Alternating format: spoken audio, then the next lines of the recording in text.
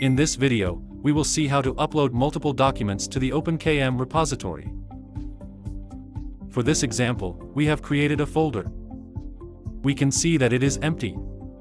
Then, we launch the OpenKM bulk uploader for Windows. The first thing we will do is verify our connection to the OpenKM service. We can upload the documents in two ways. First, from the File menu and the Upload option. From here, we can select the folders we want to upload to the repository or simply by using drag and drop. Now, we will select one or several folders from Windows Explorer and drag them to the bulk uploader. At this point, we will be asked to select the destination folder, and all the documents that are being uploaded will immediately appear in the list. Once this process is completed, the bottom part will indicate the total number of files successfully uploaded and if any failed. Once again, we can see the 3 folders that we uploaded.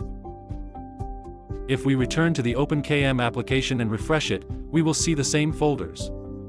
For example, if we navigate inside the first one, we will see that we have a folder hierarchy, which is the same as the one we have locally. For more information or any questions, feel free to contact us through our website form or via our social media.